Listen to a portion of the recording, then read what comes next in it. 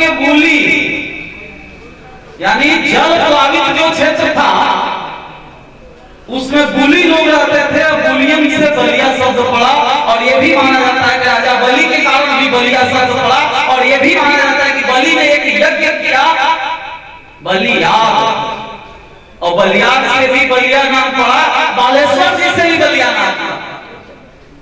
बहुत सारी बातें हो सकती हैं और यह भी माना जाता है कि कभी कभी शास्त्र मत के आगे लोक मत के आगे शास्त्र मत को छोड़ना पड़ता है। ऐसे अवसर आते हैं, इतिहासकार निकालते हैं उन हिंदुओं को महिलाओं के गीतों में से, पत्थरों में से, जंगलों में से, लकड़ियों में से, सड़कों में से, जनभावनाओं में से। तो बलिया के संदर्भ में जो मैं नाम ले रहा था, बहुत सारी चीजें समय अभाव के कारण मैं छोड़ता हुआ जा रहा हूं। और जब महर्षि भृगु उस स्थान पे आया जहां गंगा घाघरा और तमसा का संगम था, मृगजल में छूट गया, उन्होंने कहा विश्व का पवित्रतम भूभाग तो यही है और वहीं पर उन्होंने भृगु आश्रम का निर्माण किया। और भृगु आश्रम का जब निर्माण हुआ तो महर्षि भृगु ने काल एक रचना का निर्माण किया जिसका नाम सब लोग जानते होंगे, भृगु संहिता की रचना हुई विश्व कल्याण के लिए। जब पूरी दुनिया के लोग कहते थे हम सुखी रहे, हमारे परिवार सुखी रहे, हमारे बाल बच्चे सुखी रहे, तब हमारे ऋषियों ने कहा हम सुखी रहे या न रहे, सर्वे भवन्तु सुखिनः सर्वे सन्तु निरामयाः सर्वे भद्राणि पश्यन्तु मा कश्चित् दुर्भाग् भवेत्। और विश्व कल्याण की भावना से लिखा गया भृगु संहिता और तब निमंत्रण दिया गया 84 लाख ऋषियों को क्या पाए और बहस करें भृगु क्षेत्र में कि भृगु संहिता का अनुमोदन के लायक है कि नहीं है। उधर जो क्षेत्र पड़ता है जहां 84 लाख ऋषि रहते हैं उसको बोला जाता है नैमिषारण्य, नैमिषारण्य। और इधर आपने चंपारण जिला का नाम सुना होगा तो उसको कहते हैं चंपारण्य, अरण्य मतलब जंगल। इधर नैमिषारण्य, इधर चंपारण्य और दोनों के बीच का भूभाग कहलाता है धर्मारण्य। धर्मारण्य और धर्मारण्य में एक केंद्र बिंदु है जिसको कहा गया मुनि अरण्य, जिसका नाम आगे चल के मनियर पड़ा। धर्मारण्य के केंद्र में मुनि अरण्य, मुनियर से मुनिवर करके मनियर, जहां इसी परंपरा में महर्षि भृगु के ही परंपरा में भृगुवंश के ऋषि हैं। कौन? परशुराम जी। परशुराम जी का आश्रम, परशुराम जी का मंदिर, आज राजनीतिक कारणों से मंदिर बन रहे हैं लेकिन एक ऐसा समय था जब दुनिया में एकमात्र मंदिर परशुराम जी का था, केवल बलिया में था। आज तो चुनाव के समय समान घोषणा हो रही, लेकिन विश्व में यदि कोई मंदिर था, इकलौता मंदिर परशुराम जी का, तो केवल आपके जनपद में था क्योंकि भृगुवंश के हैं। और उस पार मनियर के ठीक उस पार देवरिया जनपद में भृगुवंश के हैं, तो उस गांव का भी नाम है भार्गवपुर यानी भागलपुर। तुर्ती पार जब पार करके उतरेंगे ट्रेन से, मुझे लग रहा है 90% लोग इस बात को समझ रहे होंगे। बेलथरा रोड तुर्ती पार जैसे ही पार करेंगे भार्गवपुर यानी भागलपुर और उसके बगल में गांव है सोहनाग। जैसे परशुराम जी की मूर्ति इधर बलिया में मनियर में है, ठीक वही मूर्ति सोहनाग में है। सोहनाग में जन्म हुआ परशुराम जी का और यहाँ का कर्म भूमि बनाया उन्होंने मनियर को। और यहाँ के लोक मान्यता है जब आप यहाँ से निकलेंगे बलिया से सिकंदरपुर के लिए जनमान एक जगह है, आप देखते होंगे, तो जनमान में एक राक्षस था, बहेरा, अत्याचार था उसका, हाँ दान भोगता था, कोई बोलने वाला नहीं था, चारों ओर आतंक मचाए हुआ था। परशुराम जी मनियर से जनमान आए, मार करके मल दिया, फाड़ दिया दो टुकड़ों में और दोनों टुकड़ा घसीटते हुए लेके गए। तो जनमान से होते हुए आगे बढ़ेंगे तो धनौती, दुरौधा, बहादुरा, निकलिया, असना, पिलुई होते हुए जाके मनियर में सरयू जी में मिल जाता है। किसी ने खुदाई नहीं किया है, क्योंकि खुदाई किया होता तो दोनों भीटे उसके बने होते, सांप की तरह वैसे बनता हुआ चला गया। आज भी बलिया के लोग उसको बहेरा नाला के नाम से जानते हैं। और भगवान परशुराम ने आतंकवादियों का संहार किया, जैसे शंकर ने भगवान सिंह ने क्रांतिकारी परंपरा का आरंभ किया, उसको बलिया जनपद से आगे बढ़ाने का काम महर्षि परशुराम ने किया। 21 बार आतंकवादियों का संहार किया। और आगे चल के उदाहरण दे रहा हूं, सल्तनत काल, बौद्ध काल जब आया, बलिया की ही बात कर रहा हूं, एक शब्द इधर उधर नहीं जाया जाए। जब बौद्ध काल आया, महात्मा बुद्ध को ज्ञान प्राप्त हुआ गया में, और जब धर्मचक्र प्रवर्तन किया सारनाथ में, तो गया से सारनाथ बलिया होकर के गुजरे। और महात्मा बुद्ध के काल में जो भाषा बोली जाती थी वो पाली भाषा बोली जाती थी, आप सबको मालूम होगा, मजा आएगा जब आगे जो बताने जा रहा हूं। पाली भाषा बोली जाती थी और पाली में अधिकांश शब्दों में अंत में स आता है। जैसे पंजाबी कोई बात बोलेगा तो ड़ बोलेगा, उसी बात को बंगाली बोलेगा तो न बोलेगा। श्रुति कटुक तो दोष होता है साहित्य में। पंजाबी बोलेगा कारण, बंगाली उसी को बोलेगा कारण, तो थोड़ा मीठा हो जाएगा। लेकिन बौद्ध धर्म के पाली भाषा में सड़ शब्द आता है, तो जब बलिया से होकर गुजरे तो कई पाली और कई सड़ हो गए। आप जानते होंगे अमृत पाली, सागर पाली, सहरस पाली, कोहिल पाली, हरसन, जिगिर सर, रत सर, ये सब नाम जानते होंगे, आप गए होंगे इन जगहों पे। ये बहुत प्रभाव है बलिया का। इसको भी छोड़ दे रहा हूं, मैं लंबा भाषण कर सकता हूं इस पर भी। आगे बढ़ते हैं तो आता है सल्तनत काल। मैं वो उदाहरण दे रहा हूं, प्रयास कर रहा हूं जो इस मंच से न दिया गया होगा। तो जब सल्तनत काल आया तो मुगल काल में एक बड़ा प्रसिद्ध किताब है, नाम सुना होगा आपने, बाबरनामा का। तो बाबरनामा में लिखा गया है कि खरीद महानगर था। बहुत सारे लोग जानते होंगे, अभी भी आज भी परगना खरीद लिखते हैं। ग्राम फला परगना खरीद, ग्राम ये परगना खरीद। तो खरीद महानगर था, जमीन के अंदर से निकली है देवी। गए होंगे तो देखे होंगे, दर्शन किए होंगे। वहां से जाकर के पूरा कलकत्ता के अपने लोग बसे। तो उस महानगर को जीतने के लिए हुमायूं को आना पड़ा। आपके पुस्तक में चौसा का युद्ध का वर्णन है। अभी मैं देख रहा था, बक्सर से आप बैठे हैं, चौसा का युद्ध हुआ। बक्सर का युद्ध अंग्रेजों और ये मुसलमानों के बीच हुआ, और चौसा का युद्ध शेर शाह सूरी और उसके बीच हुआ, हुमायूं के बीच। वो भागा पानी में, एक भिस्ती ने बचाया, इतिहास में पढ़ा होगा आपने। लेकिन खरीद में भी युद्ध हुआ। बाबरनामा लिखता है कि खरीद के युद्ध को दबाने के लिए युवराज को 2 बार आना पड़ा। ऐसा युद्ध चौसा में भी नहीं हुआ।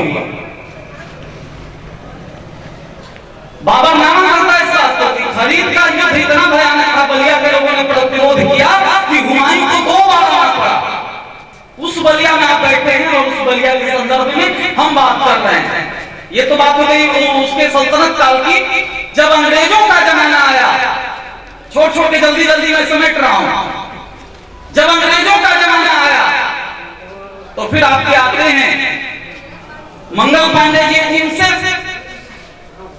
एक तो लाइन लगी है, मैं परसों था किसान फिजिकल कॉलेज रक्षा में, और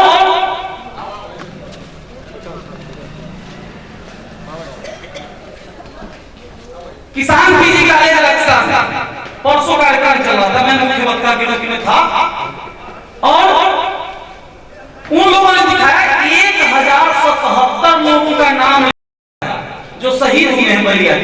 कभी अध्यक्ष जाइएगा, 1077 लोगों का नाम का संकलन हुआ है। पूरा जीवन वृत्त का संकलन हुआ है। किसी जिला में नहीं, किसी देश में एक क्रांतिकारी शहीद हो जाए तो देश गदगद हो जाता है। जहां हम बैठे हैं वहां 1077 लोगों की शहादत हुई है, हमको कितना गौरव हो रहा होगा।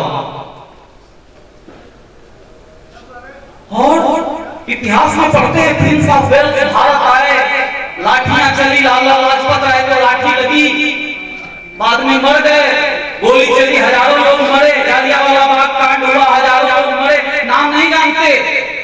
पंडित जी लोग जब पिंडदान कराते हैं तो जिसका नाम जानते हैं, कई पीढ़ियों का पिंडदान तो करते ही एक और पिंड रखते हैं उसके लिए, जिसका नाम हम जानते नहीं है। इसलिए कि मेरे बाबा के बाबा के बाबा के बाबा के बाबा नहीं होते तो उनके नाती का नाती का नाती का नाती यहां खड़ा होगा भाषण नहीं देता। तो जो शहीद ज्ञान है उनका महत्व बहुत है, लेकिन उसका महत्व भी कम नहीं है जिसका नाम ज्ञात नहीं है। तो अभी बलिया के 1077 लोगों का नाम ज्ञात है और ज्ञात न जाने कितने शहीद होंगे, लेकिन उसमें मंगल पांडे जी का नाम इसमें मौत के रूप में लिया जाता है। इसलिए उस समय उन्होंने बंदूक उठाया जब कोई सांस लेने वाला नहीं था। अंग्रेजों के गांव में, आज के जमाने में गांव में गुंडा प्रधानी का चुनाव लड़ता है, किसी के दरवाजे पे जाता है, हमको वोट देना, तो हाँ कोई नहीं करता कि हम आपका विरोध करेंगे, अधिकांश होता है ऐसे।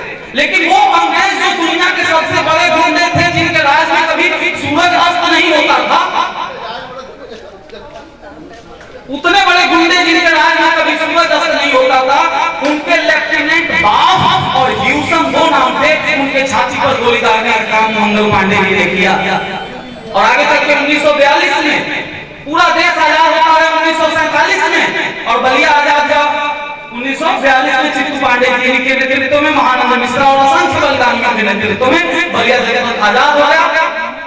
और पचमुखा देवी रेवती में है, पचमुखा देवी के बगल में एक ढाला है, नाला, लगभग 200 अंग्रेज सोए हुए थे, रात में लोगों ने सबका गला काट दिया।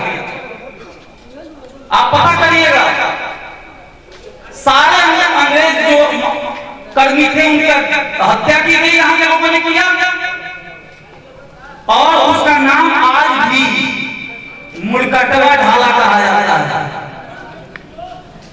पचमुखा देवी के बगल में जरूर पूछिएगा, मुड़कटवा ढाला कहा जाता है आज भी। और जब ये घटना घटी तो विक्टोरिया की हालत खराब हो गई। यहाँ से संदेश पहुंचा क्योंकि भारत पर राज करने के लिए भारत मंत्री और वायसराय जैसे पद हुआ करते थे। तो विक्टोरिया ने तो उस दिन कहा कि बलिया को यदि ठीक से चलाना है तो इसे जिला बनाइए, नहीं तो गाजीपुर जिले का तहसील के रूप में बलिया था, जानते होंगे इस बात को। और तब 1 नवंबर को बलिया जिला बना ताकि इसका प्रशासन किया जा सके, फिर ऐसी घटना दोबारा न घटे। वो क्रांतिकारी स्वभाव रहा है बलिया का। विश्वामित्र लेकर के गए भगवान राम को बलिया होते हुए बक्सर में जाकर, इसी आसपास तोरंट बन जिसे कहते हैं तोरंटा डीटा के बंगला, जहां नेता लोग आते हैं तो रुकते हैं। राम जी ने हड्डियों का पहाड़ देखा था, रामचरितमानस में, वाल्मीकि रामायण दोनों में है। राम जी ने हड्डियों का पहाड़ देखा, पूछा गुरु जी ये क्या है?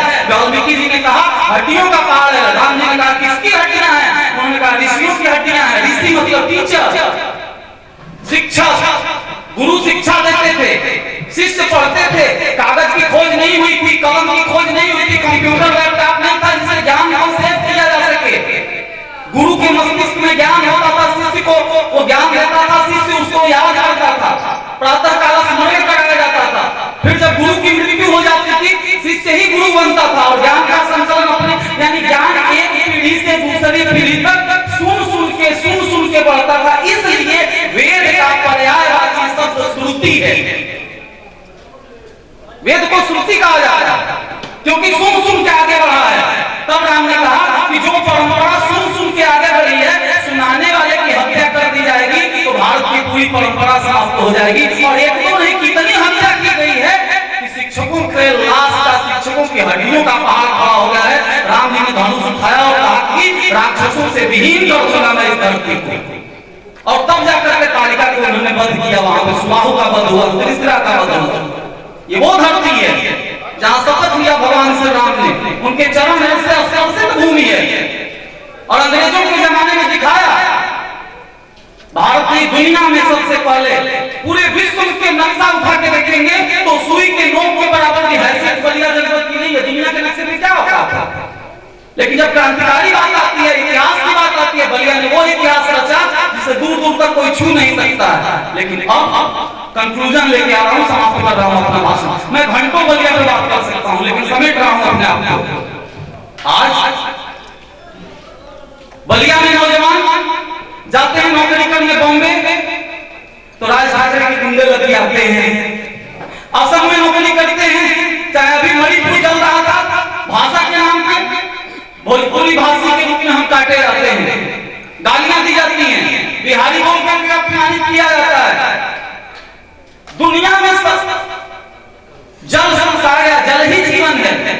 आप विश्वास करिए, दुनिया का नक्शा उठा करके देख लीजिए, एक ओर से सरयू आ रही है, एक ओर से गंगा आ रही है। जो जल संसाधन बलिया में है, दुनिया के किसी भूभाग में नहीं है। आजादी के बाद सरकारें चाहिए होती तो इस जल संसाधन का उपयोग करके ऐसे कल कारखाने स्थापित हो चुके होते जिससे बलिया के बेरोजगारों को पलायन नहीं करना पड़ता।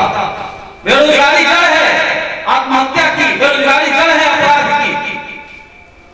लेकिन विकास के नाम पे आप लोग जानते होंगे इस चीज को, बलिया में एक कारखाना बना, रसला में चीनी मिल,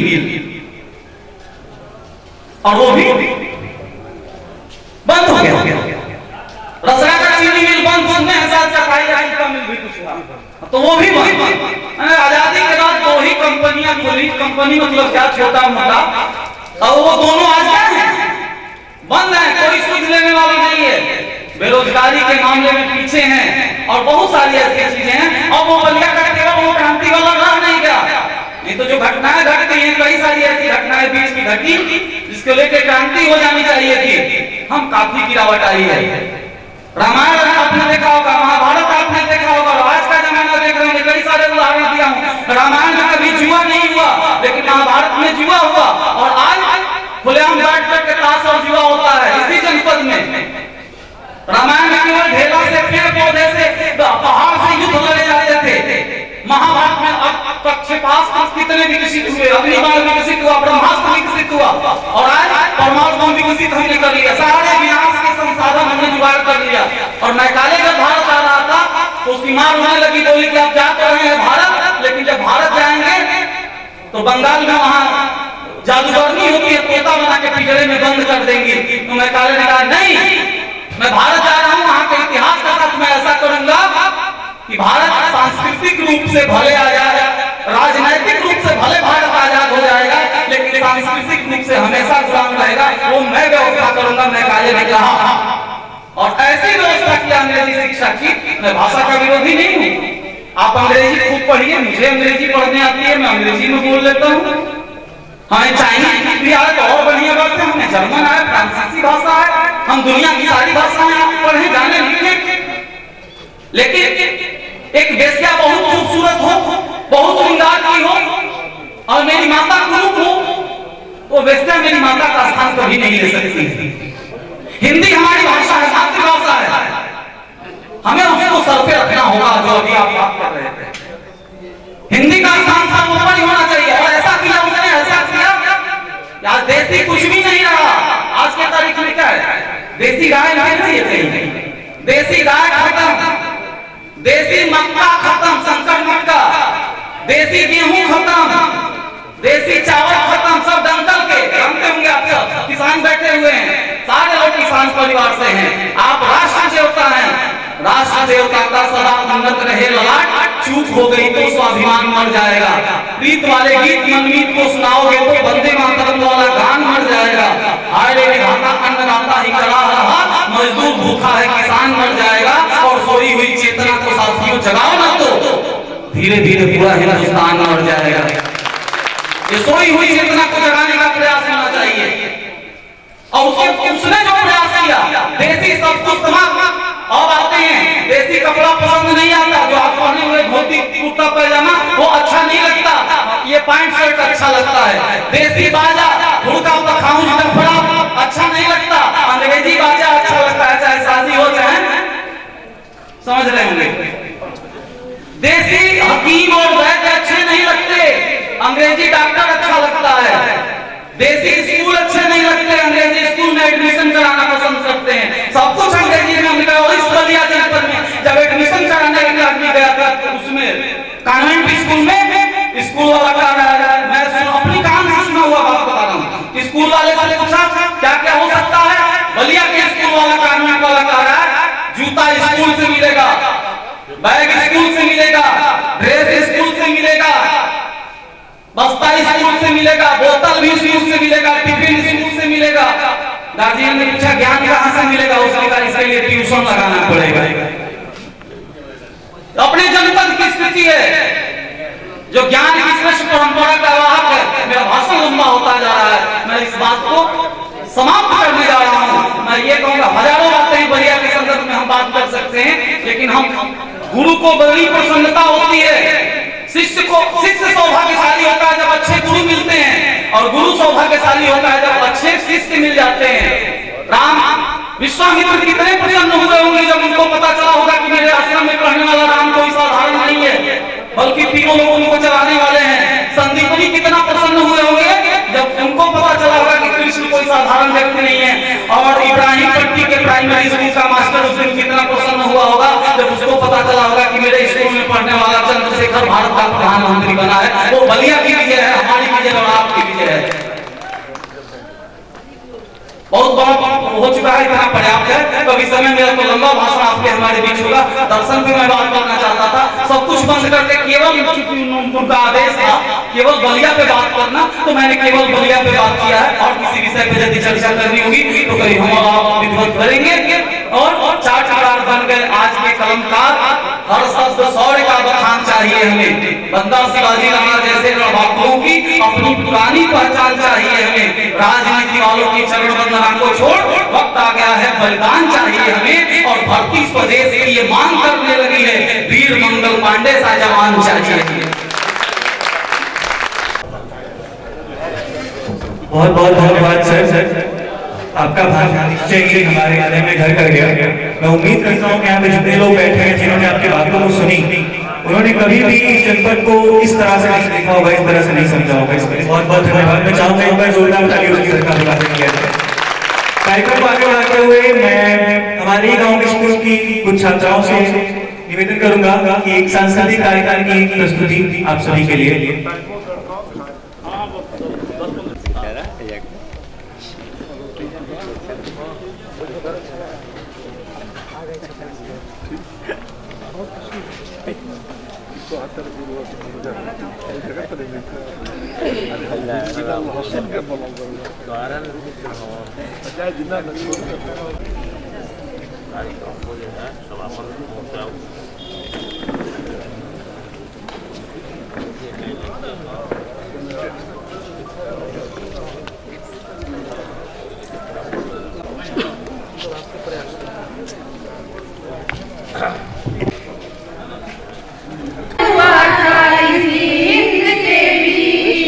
बहादुर शाह के चारों लड़के मरे समय के बीच गोली सीमा के बीच समाइल बा, तबे देश में आजादी आइल बा, तबे देश में आजादी आइल बा।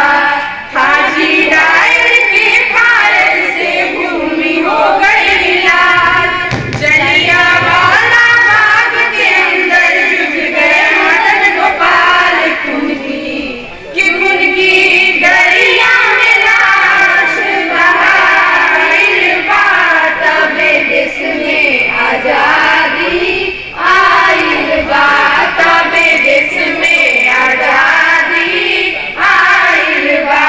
तार कटाइल लाइन उपड़ल लुटा गइल डकखाना, फुका गइल रेलवे स्टेशन पुलिस चौकी थाना, तबे बागी बलिया कहाइल बा, तबे देश में आजादी आइल बा, तबे देश में आजादी आइल बा, तबे देश में आजादी आइल बा। जय हिंद जय भारत।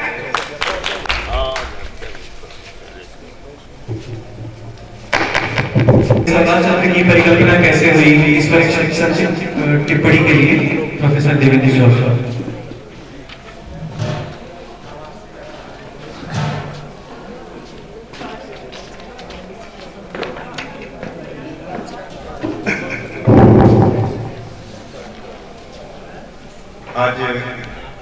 आज का दिन हमारे लिए भी और भैया के लिए तो है ही, उन सबके लिए बहुत ही बड़ा दिन है जो ज्ञान की परंपरा में विश्वास करते हैं और ऐसी ज्ञान की परंपरा में विश्वास करते हैं जिसका संबंध लोक के साथ होता है। और कई बार हम लोग जब इस इतिहास को लेकर विचार कर रहे थे, ग्रामीण इतिहास को लेकर के, हमारे सामने बहुत सवाल थे। अभी मैं सोच रहा था कि सुबह से मैं बहुत सारे विद्वानों का भाषण सुन रहा था। जनार्दन राय जी का भाषण सुना, कंवर देव जी का सुना, बलदेव जी का, श्रीपत राय जी, वीएन पांडे जी, अभी विद्यासागर जी ने बातें रखी, और मुझे सुनकर लग रहा था कि बलिया भारतीय ज्ञान की परंपरा का कितना बड़ा केंद्र रहा है।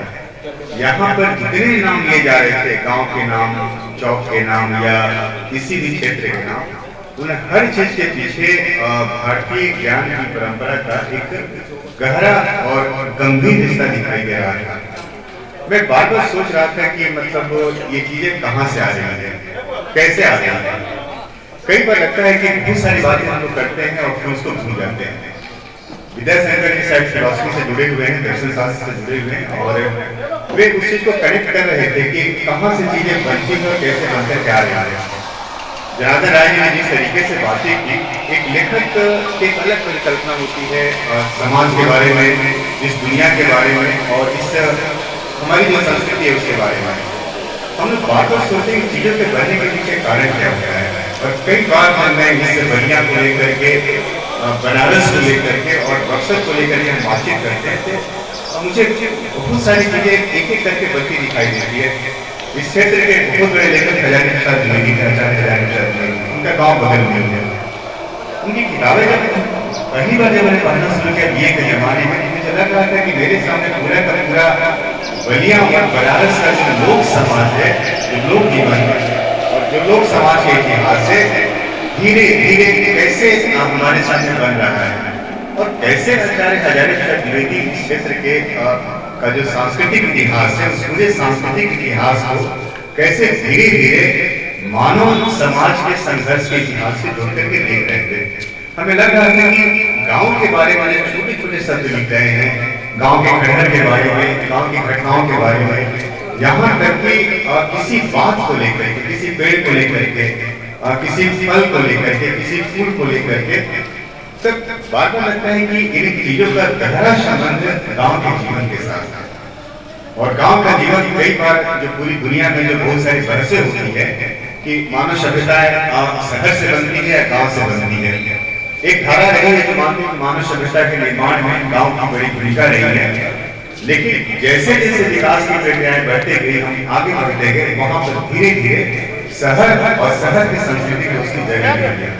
कहा जाता है कि गांव के केंद्र में संस्कृतियां होती है, शहर के केंद्र में बाजार होता है, मार्केट होता है, और शहर आज भी एक तरह से बाजार का बड़ा केंद्र है और गांव जो संस्कृति का बड़ा केंद्र होती है। तो जब मैं बार बार बक्सर, बलिया और बनारस के बारे में बार बार विचार करते हैं तो लगता है कि पूरा का पूरा जो त्रिकोणात्मक क्षेत्र है, आप देखेंगे कि बलिया बनारस पश्चिम में है, बलिया आपका पूर्वी थोड़ा उत्तर में, और बक्सर थोड़ा सा पूरा और दक्षिण में है। ये पूरा जो त्रिभुज बनता है, कहा जाता है कि जनार्दन राय यहाँ बैठे हुए हैं, कहा जाता है कि मतलब ये पूरा का पूरा क्षेत्र में जो गंगा नदी है, गंगा नदी कहीं बक्सर के दक्षिण से बनती थी। अगर गंगा नदी कहीं बक्सर से दक्षिण से बहती थी तो इसका अर्थ यह भी था कि जो पूरा का पूरा क्षेत्र है बक्सर, बलिया और बनारस का, यह एक समय में जो भी बार बार चर्चा हो रही थी, कभी 88,000 ऋषियों का बड़ा मतलब संगम हुआ था, संगम का मतलब कि सम्मेलन हुआ था, और इसी पूरे पूरे क्षेत्र को, बक्सर के क्षेत्र को सिद्धाश्रम उसकी चर्चा होती है। कई बार लगता है कि क्या ये हमारे इतिहास का विषय है, और कई बार यह भी लगता है कि अगर हमारे इतिहास का विषय है तो किस तरह के इतिहास का विषय है, जिसे बार बार इतिहास की परंपरा में लोक इतिहास कहा जाता है, कुल सृष्टि कहा जाता है। तो जनता का इतिहास एक बड़ा इतिहास होता है, और हमें बार बार लगते रहा है कि भारतीय इतिहास या दुनिया भर के इतिहास ये दोनों धाराएं बराबर चलती रही है। कुछ लोगों ने जनता के नजरिए से इतिहास को लिखा और कुछ लोगों ने शासक के नजरिए से इतिहास को लिखा। राजा, नवाब, सम्राट, उनकी निगाह से इतिहास को लिखा गया, और जब उनकी निगाह से इतिहास को लिखा गया तो एक अलग इतिहास हमारे सामने आया। लेकिन जहां जहां जनता के नजरिए से इतिहास लिखा गया है, उस इतिहास का अर्थ ही कुछ और होता है। वहां पर देखेंगे कि जिसको हम बिलो टू हिस्ट्री कहते हैं कि वो इतिहास नीचे से बनता दिखाई पड़ता है, और इस इतिहास में ऐसी ऐसी बातें होती है, और जिसे लेकर के आप जब गौर करेंगे तो उस जनता के इतिहास में सबसे बड़ी बात होती है कि हमारी मेमोरी होती है।